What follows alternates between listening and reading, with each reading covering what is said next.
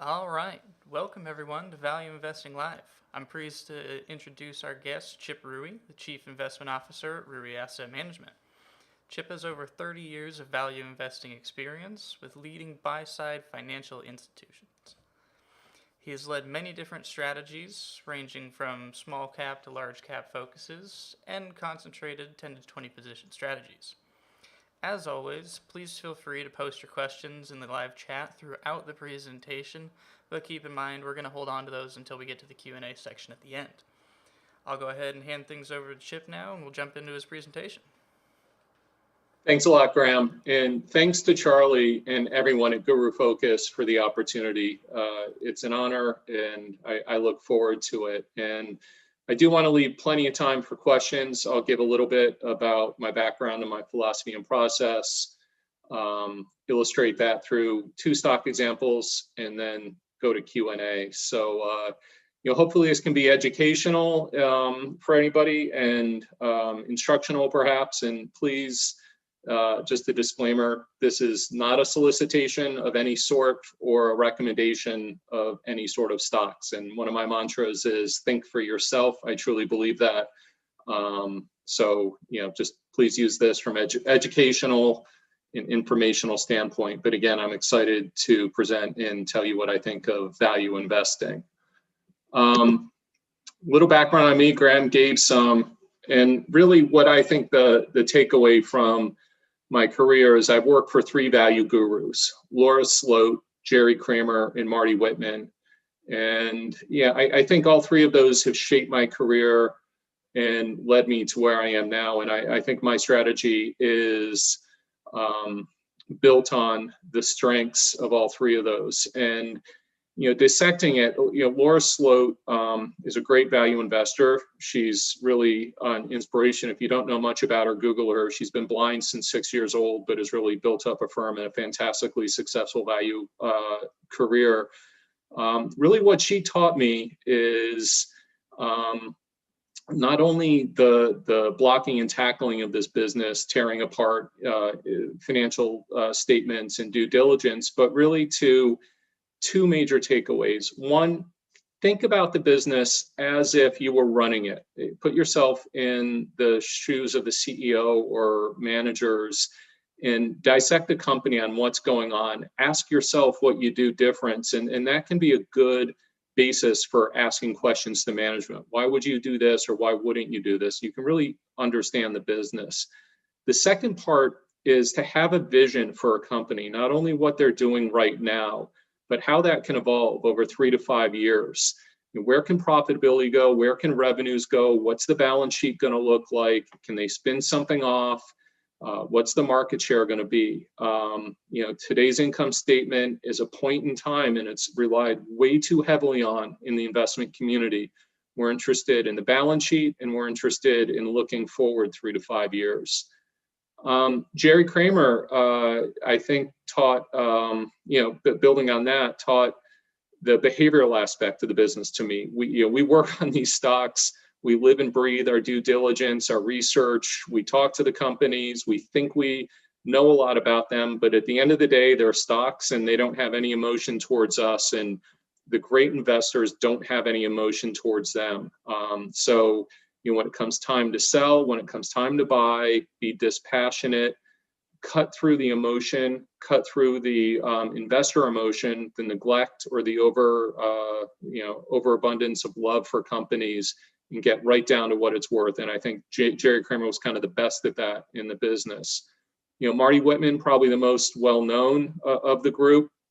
Everybody knows his focus is balance sheet first. And I think for value investors, that's what matters. Marty focuses on the assets, and that's what the assets are worth, not what the balance sheet says they're worth. And that's a great takeaway. There do so all sorts of accounting vagaries and everything else. What are the assets worth and what can they earn? And I think what I've taken away from Marty and built on from Marty is that second point. Really, what can the assets earn? Because if you just look at book value, you can get in trouble. One funny anecdote I have is if you just spend $1,000 on a brand new stagecoach, the day the railroad comes to town, that $1,000 isn't worth a lot, although it's marked at $1,000 on the balance sheet. So, it's really what you can earn on the asset, and really why I focus on return on invested capital. And just dragging that down or distilling that down to what I think the competitive advantage is that I pursue here is moving those 3 points of view into one strategy, focusing, as I say, on long-term capital appreciation and downside protection. That is,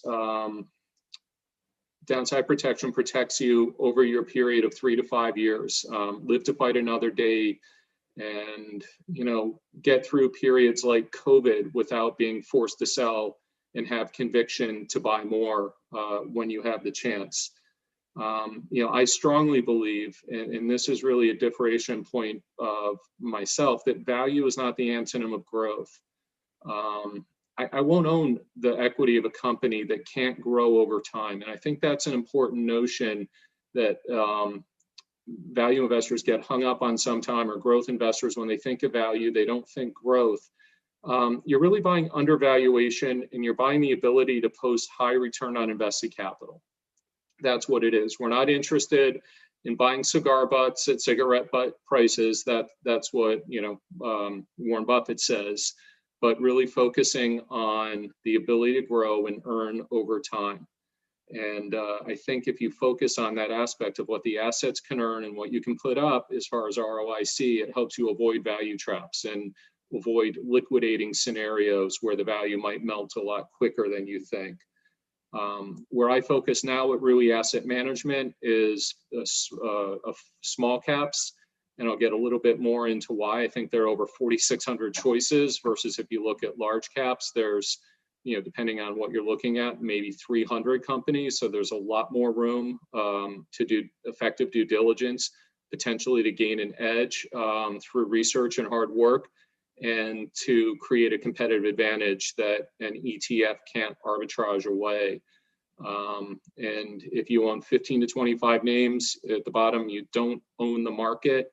Again, we're not interested in committing capital for market exposure. We're interested in return on invested capital, just like our companies are. Cutting to our philosophy, everybody's got 3 pillars. My pillars are downside protection. I talked about that, the ability to grow, in valuation. Downside protection starts with the balance sheet. It lets you live through rocky times, and there will always be rocky times in the stock market. Things don't go in a straight line, and there are always periods of over hype and over neglect. The ability to grow, I touched on, and of course, valuation. It's what you pay for, and as Jerry Cramer would say, you want return on capital, not return of capital. So there are a lot of great companies out there where the valuation doesn't make any sense in our book. So distilling that down and just hitting on that a little bit more, downside protection in the middle, I seek to identify companies with low debt, and again, with any contingent or off balance sheet liabilities, any environmental liabilities, any litigation worries, anything that can drain cash out of a company that can impact your financial position, or force, in a worst case scenario, company that might have to raise financing, debt or equity, in a downturn.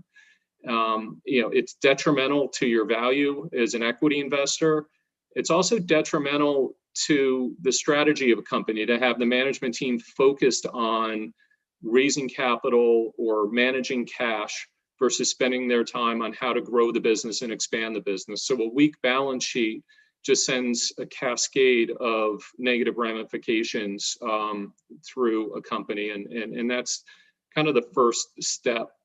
The ability to grow, I touched on. Again, we want to have high ROIC for at least our 3 to 5 year investment horizon. That's where, kind of Laura Sloate's vision comes into view. What can we do? What are you earning today? Where can these revenues go? Where can the margins go? Where can profitability go?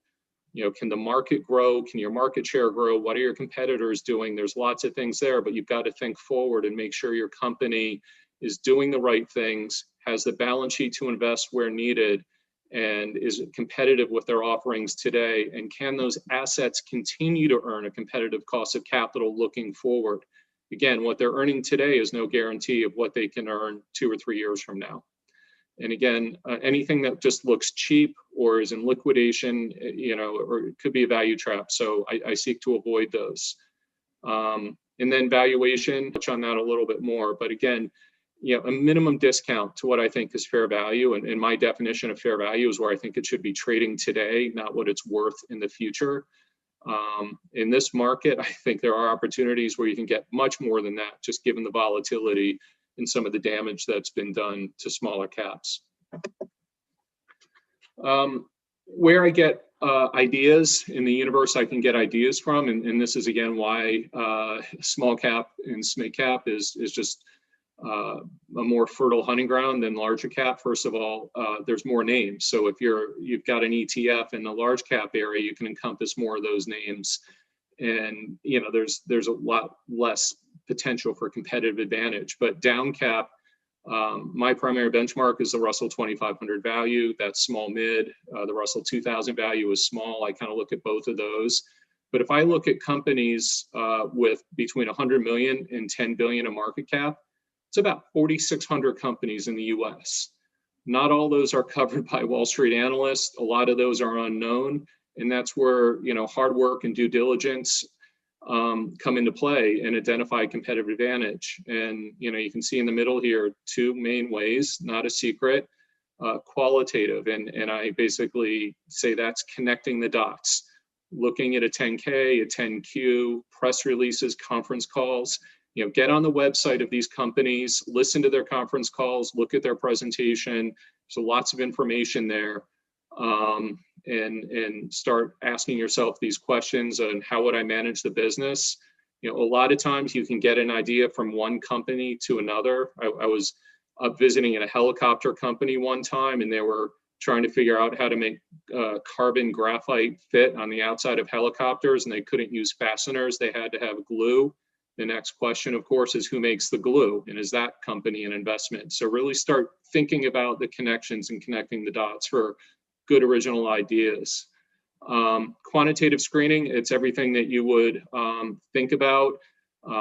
Screens aren't the be-all, the end-all. They're the start. Their output is the start of my process. So again, everything that we would have talked about in philosophy: lower no debt, high and improving ROIC, revenue, earnings, book value compounding over 3 to 5 years. I like to look at things that are down on a 1 day, 1 month, 1 year, 3 year basis.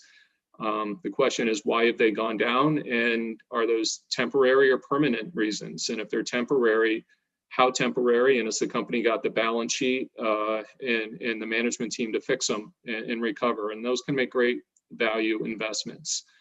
But again, for wherever I get the idea, that's the beginning. And I would not recommend hopping from a screen to your portfolio. There's a large second step of what I call work in process.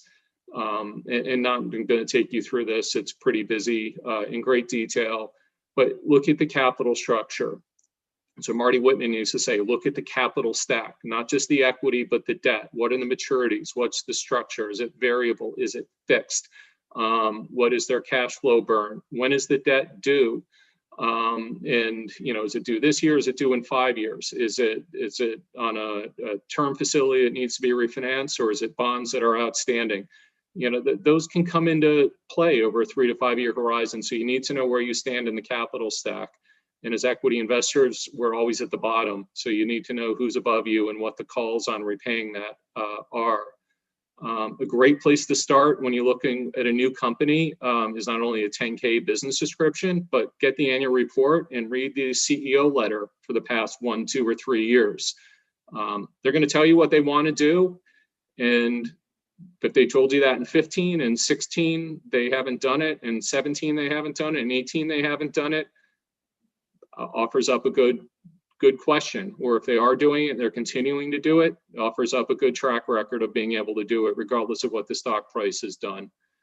I do create a financial model for everything that I own, not so much to beat the sell side. I'm not in competition with the sell side. I do like to understand sensitivities. How do margins hold up? Variable margins, as far as revenues, growing or contracting, and what are the fixed costs? Are fixed costs scalable, logarithmic, or stepwise? Just understanding those sort of things can help you get a better idea of a company. And if you do get a bad quarter or anything like that, having the model there to just run some sensitivities really can help you build conviction and potentially buy in and neglect and take advantage of share weakness, or conversely, be a signal that maybe you ought to move away. Accounting assumptions. One of the examples I'll talk about today, lease expense is really obscuring the balance sheet. You got to dig into how they account for things, and what the changes in the accounting regimes are for some of these companies, because they can make the balance sheet look different from year to year.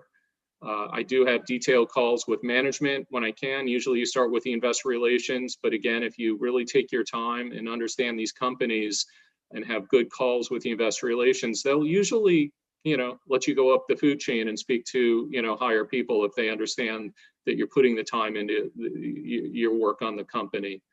For every company I own too, I make an investment case, and I would recommend everybody does this. It doesn't have to be anything fancy, but put your assertions down, why you own it, what you think it's worth, and what would make you sell it. And that document should live through your holding period. And when there's times of hitting your price target or potentially going against you from purchase costs, bring that document back out. To what did you originally think and what's changed? That it's very important. And again, that removes a lot of the emotion. Oh my gosh, it's a great day. I feel wonderful that the stock's up, or I feel terrible that it's down. Remove that emotion, go back to your case, your model, your due diligence, and figure out if you should buy some stock or if you should sell it. This is how I move from a stock that I think is worth investable to how do I fit it into the portfolio. I think it's proprietary, and I'll walk you through this a little bit. I not only establish along the x-axis a price target and potential 3 to 5 year upside, but on the left side, I have a qualitative, and this is purely qualitative, risk weighting. And, I have an A company, which is potentially like a utility or a timber company, just real low risk, steady business, not too much volatility in the model. Conversely, a C could be a petrochemical company, an oil company, C for cyclical, anything where the business can change quickly. If you lay that over upside and downside, or if I lay that over, I should say, I think that helps dictate the position. For example, in the top right corner, if I can find an A company where I can get 50% upside, that should be a maximum position size for me, because it means I'm taking relatively little risk for a lot of return. Conversely, if I think I can get 20, 25% up, maybe just around 30, maybe I'll take a smaller position in that because I'm taking less risk. Or, and then converse that, if I have a cyclical company where things can swing on a dime, every year is different, there's many cycles within a year over a number of years, I never want that to be a top position of the portfolio, even if I get 50% upside, because things change quickly and there's not always times to react. But if you see 50% up in a commodity company, that can be a medium or a minimum size position for sure. And then just thinking that through, if it's a D company, why would I ever own a D company? The way I would think, bad management, bad balance sheet, bad market position, there's just no reason to get involved with those. Or if I can make less than 10% on a stock over 3 years, it's overvalued. And again, this is investing, you're buying for return of capital. So, I just really don't have interest in owning even great companies that are overvalued. So hopefully that gives a little thought about portfolio structure. This is also something unique that I try to do when I think about my holdings in a portfolio. I call it a correlation matrix. It's qualitative. It could be called risk buckets. It could be called anything you want. But basically what I'm trying to say is if I look at my portfolio versus if I look at, say, the Russell 2500 value, the 2500 value will have this much in financials and this much in industrials and this much in healthcare. It doesn't tell me anything about how the portfolio really is going to behave, because on the days China matters, my Hillenbrand, my GrafTech, my Ultra Clean will matter. What I don't have exposure to, REITs, utilities, transportation, energy, that's a big risk for outperforming or underperforming. There's some upside here, companies that I think could be vulnerable to activist actions. Some of it's positive. Where can I get good exposure to housing or 5G and artificial intelligence? So this just helps me quantify it. I do have weightings in here. I actually type the percent of what I own just to make sure, this is a subset. I've, of course, just cut it off for demonstration purposes. But it's something that, again, you should think just beyond, I have this much in financials or this much in industrials, because that hasn't helped me over my career. Industrials don't behave like other industrials on stress factors. And again, the most important part is when I buy something for myself or for the fund, that's just the beginning of my due diligence. The investment case, as I said, is a living document. You follow the company, you keep asking questions, and you keep learning, and, keep doing your own work. Sell discipline is easy. Price target has been reached. There's a better risk return scenario with something stochastically dominant. Maybe I'll sell a railroad if there's a better railroad and I don't want to own two. And the other part, if an investment case breaks, if I want to own something for A, B, and C, and B and C don't come true, there's no reason to be there. And there's a 4,600 stock universe. So get it out of the portfolio and get something else in. And again, remove the emotion from it. They're stocks, no matter how hard you've worked on them. There's plenty of others. Again, that's my disclaimer for this presentation. Everything else, my idea is educational, not a solicitation. And again, I'm happy to have the opportunity. So, I thought that's kind of the first part, and maybe I'll just give you a quick, I want to talk about a couple companies, but my market outlook, maybe where we are right now, just to set the table. It's a crazy time and a crazy year. I am still pretty bullish. Pleased to see the action of Monday and Tuesday for small cap value. A long time in coming. Small cap value has underperformed large cap growth for a long time, large tech growth and growth for a long time. And a lot of that, I think, has been due to the total collapse of yields in the yield curve, easy money by the Fed. I mean, we've had QE in one way, shape, or form, quantitative easing, since the financial crisis. What that means in my book is if you're an investor, protecting on the downside and focusing on downside risk has not been a factor that's helped you. And in fact, to some extent, ignoring that and only focusing on the upside has been a factor for outperformance. So, and value investors do focus on protection in the downside. We look at the assets, and that's one of the reasons, but it's a main reason in my mind. And I think where we are as far as rates in the cycle, I think that rotation is starting. Everything moves in fits and starts, but we'll see it. Breaking that down, the economy's healthy. It was healthy coming into the year. And the important part in my mind of what COVID has done, it's been a supply shock recession. And that's important because there's been strong demand. We haven't had weak demand. We haven't had eroding demand. We haven't had cyclical peaks and imbalances that have to be worked off. This was an economy that was shut down, even though consumers still wanted to consume. We weren't able to. So, if we can open back up, hopefully this economy, in my mind, can get going, especially given the stimulus, especially given the Fed action, especially given the low rates. I mean, that's all gasoline on the fire. And now add in antibody therapies that are being approved and vaccines, which, hopefully, knock on wood, we'll see approved, not just one, but 2 or 3 before the end of the year, and potentially 6 within a couple months. That can turn everything back on. Supply chains have been weak, and demand could come out really strong, and this market could really continue. I think what that means is the thought that interest rates are going to be flat to zero for 3 years. To me, it's an assumption that doesn't make a lot of sense. Go back and look at a yield curve. They've never been flat for 3 years.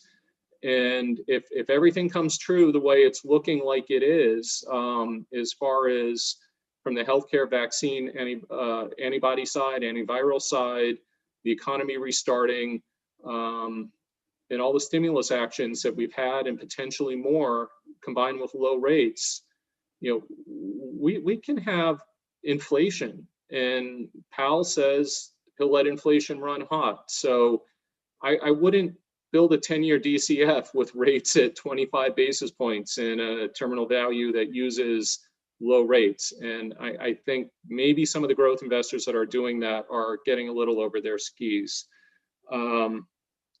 Remember, we have $27 trillion of debt in this country, 27 trillion. And at the end of 2021, it could be closer to 30, depending on the deficit and the size of extra stimulus. The 10 years under 1, when I started to prepare for this weekend, this presentation, I was going to say 75 bips on the 10-year. Now I'm saying 95.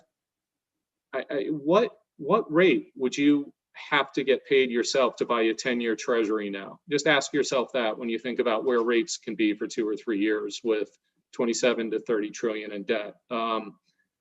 For me, 1% doesn't come close, which again is why equities from here can be a better alternative for sure. One of the companies I like that I'll just talk about a little bit on how I approach valuation. This is Weyerhaeuser. Ticker symbol WY. What I'm looking for, you can find on the web. It's a presentation from their investor relations website. This page I like just because it lays out kind of who they are. They've got 11 million US acres of timberland. It's kind of base assets that grow every year. Money doesn't grow on trees, but maybe it grows in trees in my mind here. Very stable business. They've got a real estate unit that basically sells higher and better use land, things that could be lakefront, waterfront, mountaintop. It's probably part of the timberlands unit is the way I think of it. And then they have a wood products unit that they've completely restructured. Benefits from housing, renovation markets that are still below 10-year peaks. So, the housing market is still not recovered from the 2005, 2006 housing boom, meaning we haven't gone back above trend starts. And I'll show another slide on that. It's not like autos that have gotten back or other industries that have come back. We're structurally still below and still at deficit. So the little housing start that we've seen this year can continue for a while, and I think Weyerhaeuser could be a beneficiary of it. Why do I like it? So go back to my pillars: financial strength. The balance sheet's gotten a lot stronger. As of their last quarter, they're 2.9 times debt to EBITDA. If you look at the income statement versus the debt. But remember, I don't think the assets as far as timberlands are marked to market. If you look at what these assets and the acreage is worth and where they trade in the market, I think the timberland unit itself is probably worth more than the whole company if you aggregate, especially the southern acreage and the Pacific Northwest acreage, which is about 10 million. That Northwest, the northern acreage in Michigan and places like that isn't worth a lot of money, but that's only 1 million acres. They've really improved their balance sheet. This year, they'll pay down about $1 billion of debt. They've got $500 million scheduled to pay down the fourth quarter. That should get them very close to that $1 billion. They reinstituted a dividend that's sustainable just off of the timberland and real estate unit. And that is interesting, and I'll get to that if you think about the vision. Now they've established a dividend just off kind of one half of the company, the timberland and the real estate. It it opens up a question of what is wood products an operating company doing within a timber REIT, and I'll come back to that. But again, if you think about vision and what this company can be, that's an important question, especially with a company tipping their hand, in my view, a little bit of how the dividend is going to be structured. So the balance sheet's strong, it's getting better. As far as ability to grow, well, the trees in the north grow about 7 to 10% a year. The trees in the south grow 7 to 10% a year. I'm going to try to jump forward on these slides here. Let me see if I can get to, and you can go through these slides. They're not mine, they're on the web. Talking about the housing market, this is what I was referring to, 2005 and 2006. Look at the housing starts, and we're still so far below where we've been.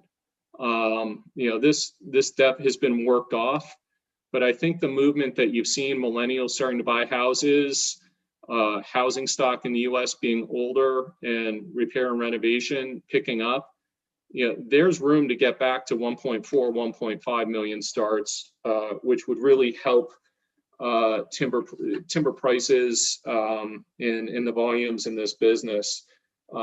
We don't actually need that where the valuation is, because we've been flat for a while. So again, an acceleration, which I think will be icing on the cake. The second part of how this company can grow just beyond renovation and new housing starts is through its building products unit.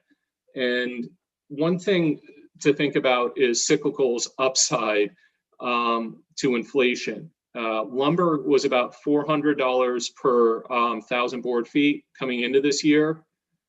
In March, it fell to 300. People panicked, nobody bought anything.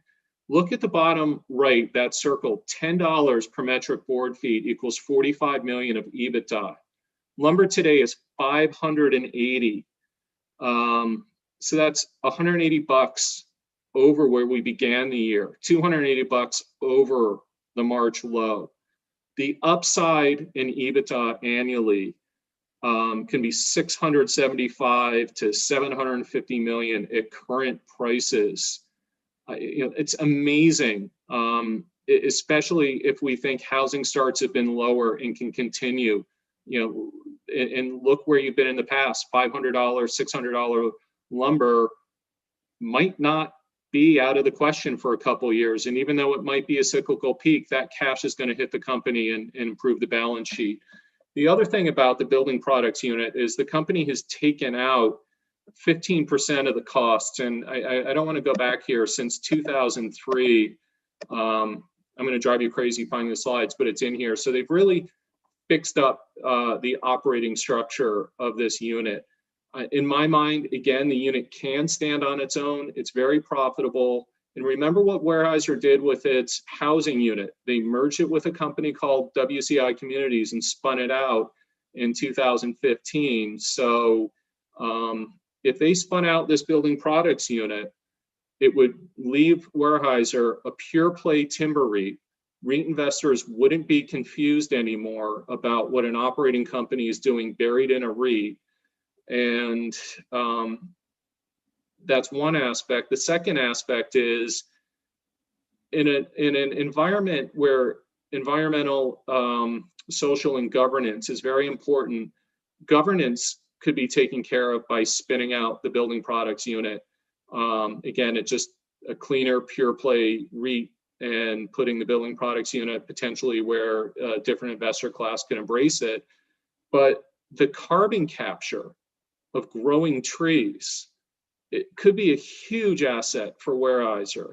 When you hear Amazon talk about wanting to be emission free and in their commercials having no sense of how they're going to get there, buying carbon credits is probably a way they're going to get there.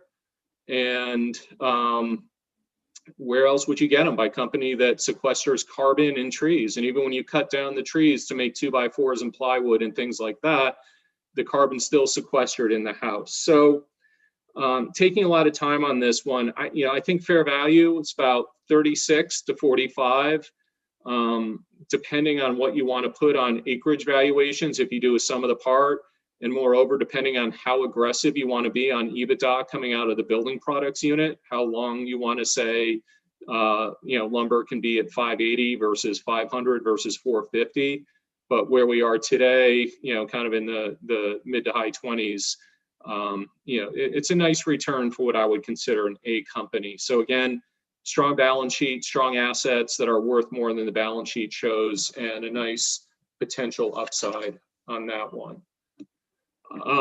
A differing view, and I'm going to switch over now.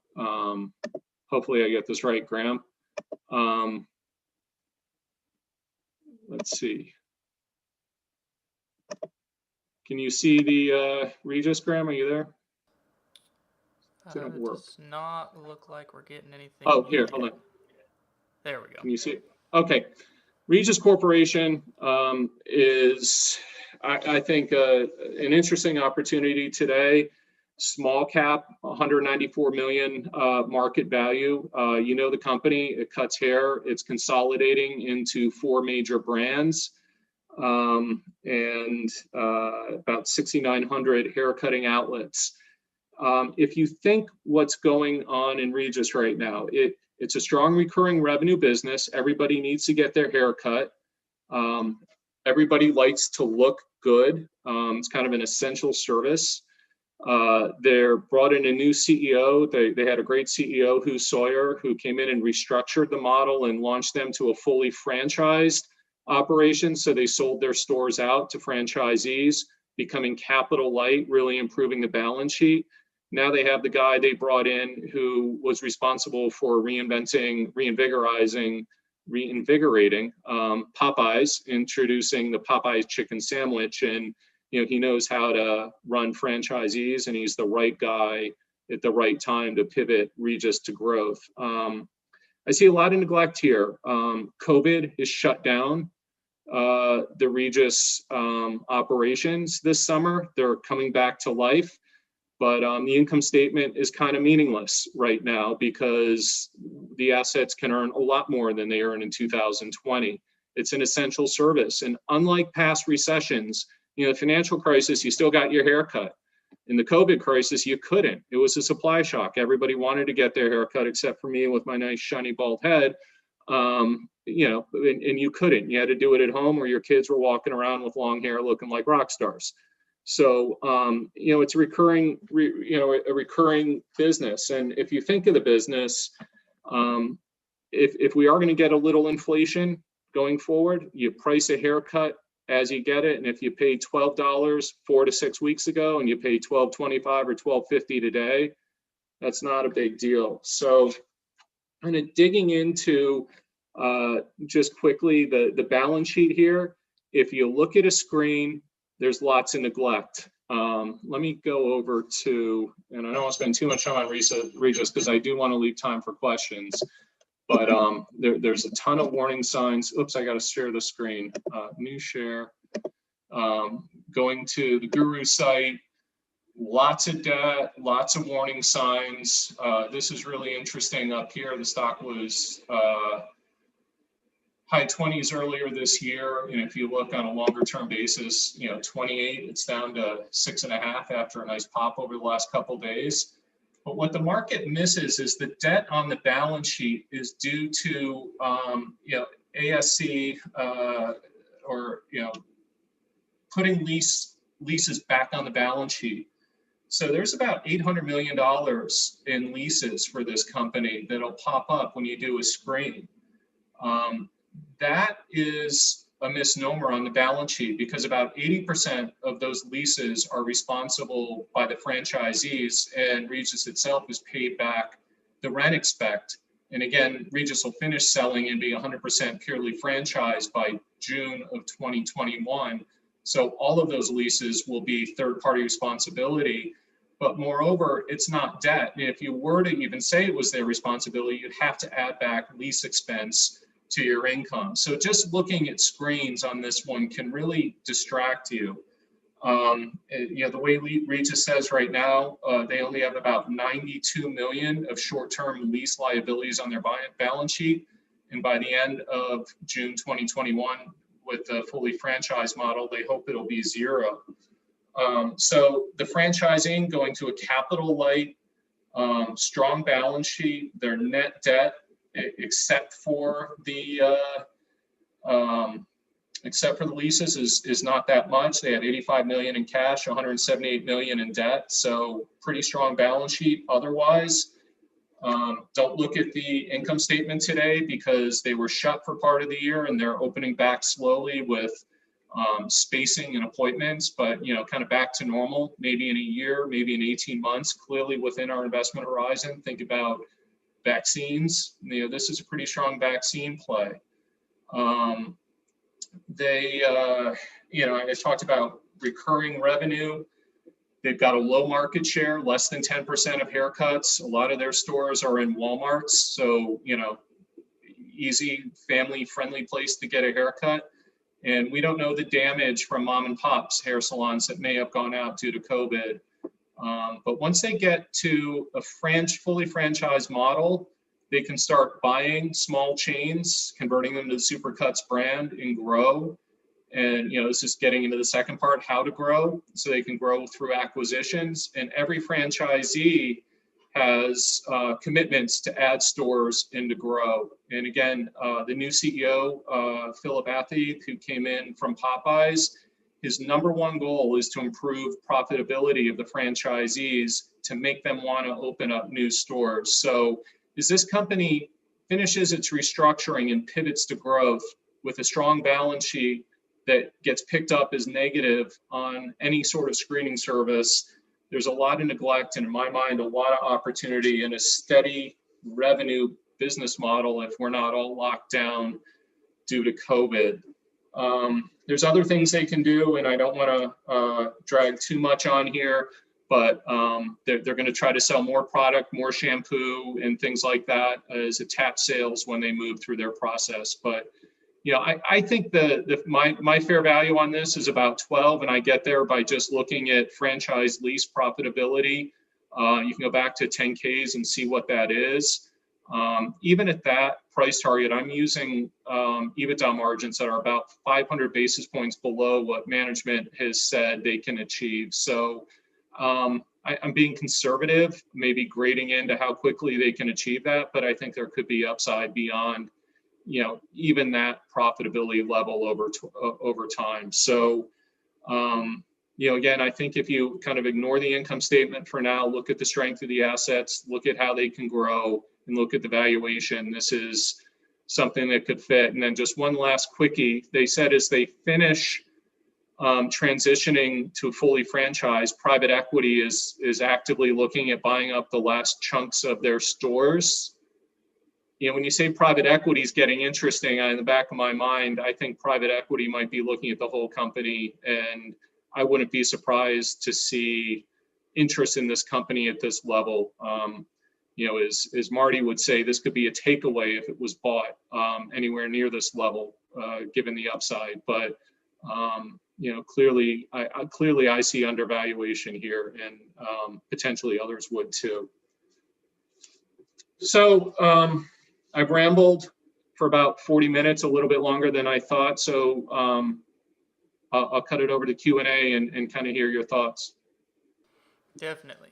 So it looks like we do have a decent handful of questions here built up, and a little bit of appreciation as well for tossing over to Guru Focus and speaking the language of our guests. So starting off, the first question we have here, any thoughts on Biogen with a PE less than 8, solid balance sheet, some consistent growth over the last couple of years, and the price dropping following the setback with their new drug? So I haven't done the work on Biogen, again, because I'm kind of focusing in the smaller cap space. I've looked at in the past. I have known Amgen as a value investor. I think what you need to do when you look at these companies, small cap biotechs are very hard given their cash flow negativity and kind of the binary nature of their revenues. But when you accumulate lots of drugs into something like a Biogen, the time I've found to buy them is when you can add up their existing pipeline, their existing franchise of drugs, what they're selling today, and their current cash flow, and buy that at a reasonable valuation and get the pipeline for free. So that's been a time to buy them, because these things will always introduce and always buy. So that, that's how I can answer it. That's how I would approach it. If you think the disappointment is written off their entire pipeline when it was just one drug, that does happen. I'm not saying it's happening here, but that's how I would approach that analysis. Understood. And when you're looking at a company, do you have a set margin of safety, or does it kind of change per company? Well, a set margin of safety, I do look at upside and downside as well. I don't like to take more than 10 to 15% downside risk. Now that does vary on A, B, C, or D.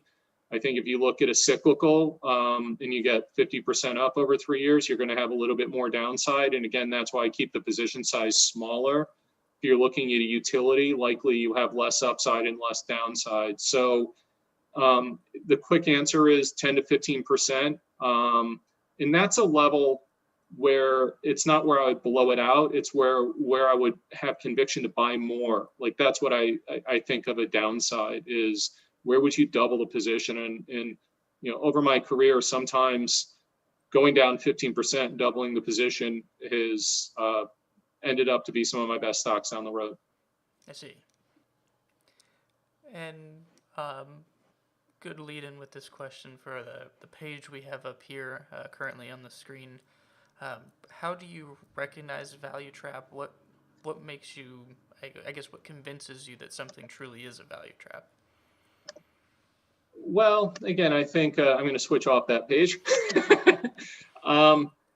Look, a value trap is something that can't grow. And whether you're trying to buy a cigar butt or a cigarette price, or buy a melting ice cube for less than it's worth, your enemy when you try to do that is time.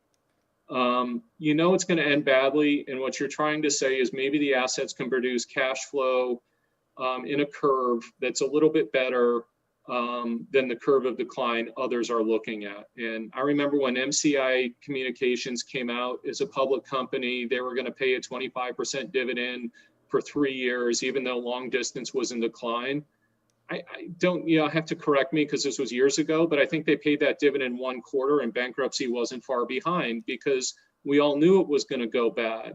And you were trying to game what the melting asset was worth. So, if you think of an asset, if it's not growing and it's not producing return on invested capital that's positive, or meaning returns that are over its cost of capital, meaning the assets are still productive, I worry about that. And, I can think about things like if, oil and gas under pressure and the advent of shale oil, as much as people don't like shale oil, I think it's really impaired the whole concept of offshore oil.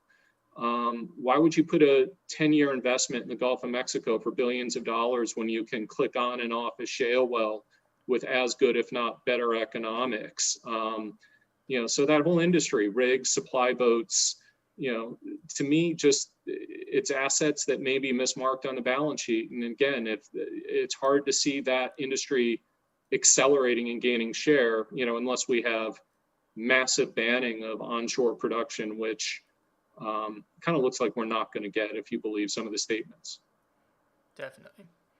And on the note of those oil companies and producers and whatnot, do you have any views on midstream and pipeline companies, examples that we have here in the questionnaire, ET, EPD, ENB?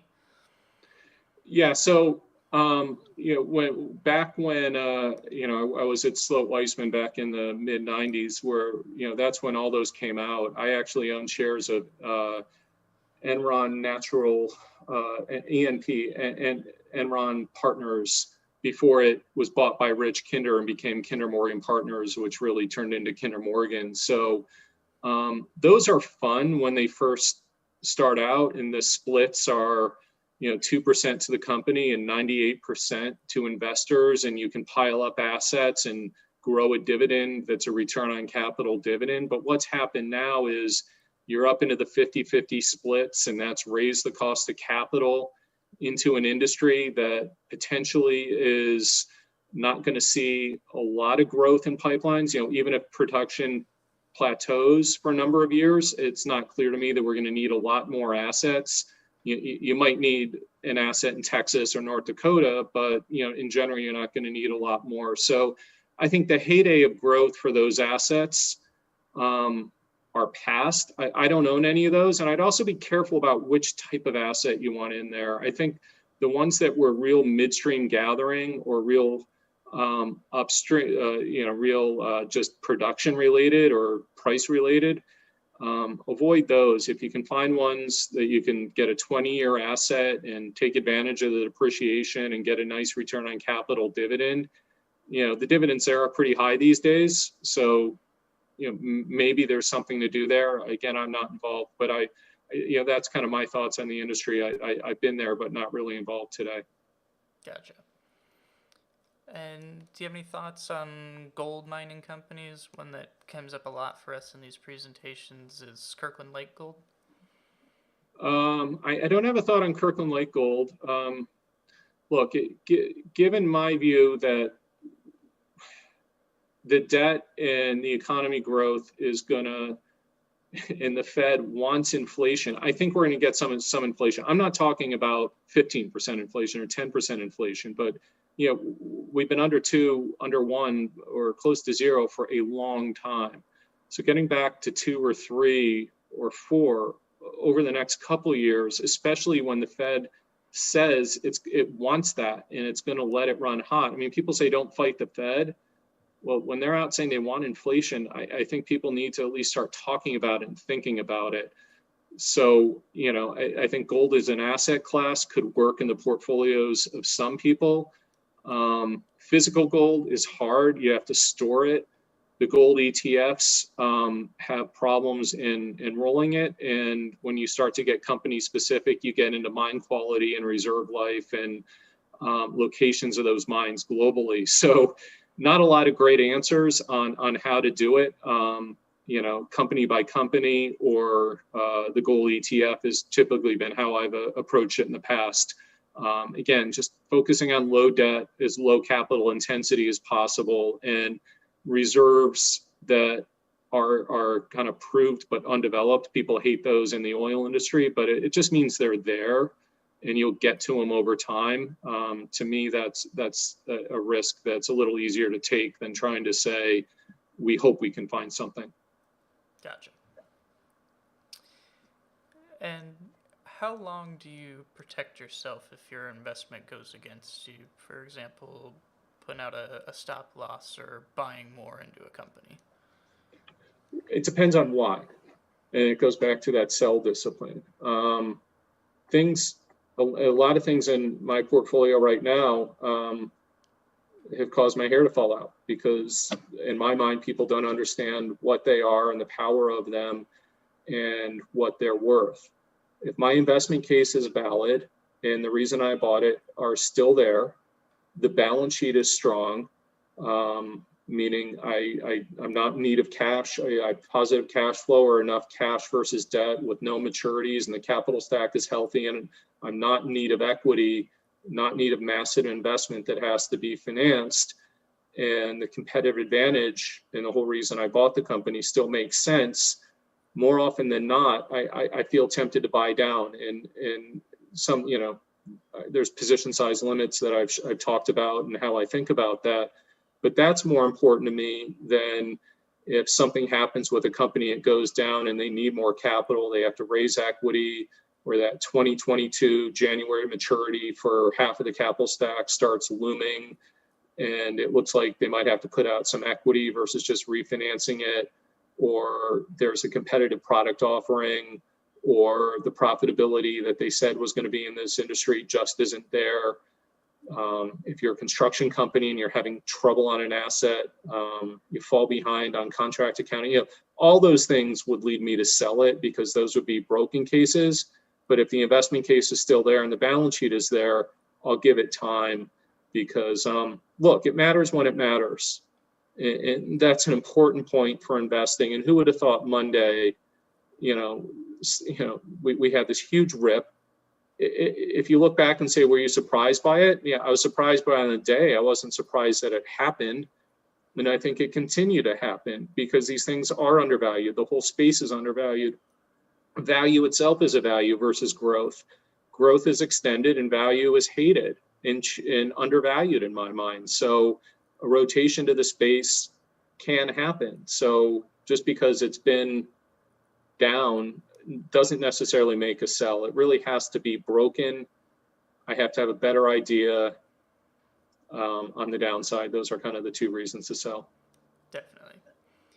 And you mentioned they're losing some hair, or we'll call it sleep, over some maybe misrepresentations or misunderstood value.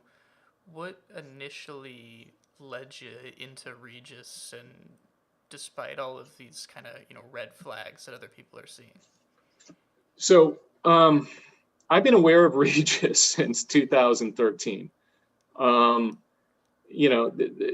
I've hated, not hate, but I haven't owned the company. I haven't recommended the company. I haven't liked it. This is a recent purchase for me within the last 60 to 90 days. They didn't know what to do with themselves. First, they wanted to train their stylists and become upscale. Then they had too many brands and they went on an acquisition binge. And that's why they had to bring in Hugh Sawyer from Huron Consulting to basically coalesce the brands, make it a consolidated company, and really come up with a strategy to franchise and improve the profitability of each franchise unit. And he did some, good lifting on that and got the process 80% done as of today or as of the last quarter. Now you have the new CEO, Mr. Atheed, and I'm butchering his name. I just can't say it, who came over from Popeyes.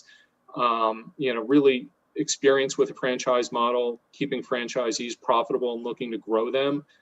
The strategy makes sense to me now. The balance sheet makes sense to me now. The COVID crisis gave me the opportunity. I mean, COVID drove the stock price down to where I see decent upside. I mean, if everything was the same and COVID hadn't happened and this was hanging out in the high teens, I probably would not be involved because, it's all three parts. Are the assets worth more than you think? Can they grow? And is the valuation opportunity there? So, a lot of, you do this for a while, you watch a lot of companies and sometimes the opportunities present themselves. So hopefully that helps. Understood. And do you see, or I guess, when would you say you should consider asset value over book value, or would you always consider it over book value? Well, they're one and the same, right? I mean, I consider asset value and what book value should be. So book value is tough because, in a company, I've got a company that I own, an insurance company, Lincoln National, that's bought back 100 million shares out of 300 over the past few years. That's destroying book value, but it's really not. If you think about retained earnings. So I compare book value to retained earnings. In a company like Weyerhaeuser or some of the park bases or a real estate company, you really have to look at what the assets are worth versus what they're marked on the balance sheet, because over time, real estate appreciates and you don't always capture that through the balance sheet. You have to be careful of goodwill or intangibles on the balance sheet. A lot of times, companies will look like they don't have a lot of earnings, but on a cash earnings basis, they do, because the goodwill from an acquisition has been pushed down. So you do need to look at it, but you do need to do it independently, and you have to make sure it makes sense. When you look at the asset value and you look at retained earnings and you look at book value, it all has to make sense and hang together. And, you just have to get through the 10Ks and the 10Qs and the history of the company to understand what's been going on. But to me, what the company can earn off of that investment, is the most important thing. Can they earn? What do they have to do to earn? How long will it take? And how long can that window last? You're looking for the combination of that. Definitely. And we'll go ahead and jump into our last one here. Got a couple people asking, do Do you have any thoughts on Intel, which shows a strong balance sheet and good margins, but market valuing at low multiples? Again, it's a larger cap and it's a little out of my purvey. Look, I think we're on the cusp of exciting revolution in 5G and artificial intelligence. Banks are using artificial intelligence to, catch errors in applications and processing and, all sorts of, bots and things running through, and 5G will kind of revolutionize phones and the Internet of Things. So, we're going to need chips.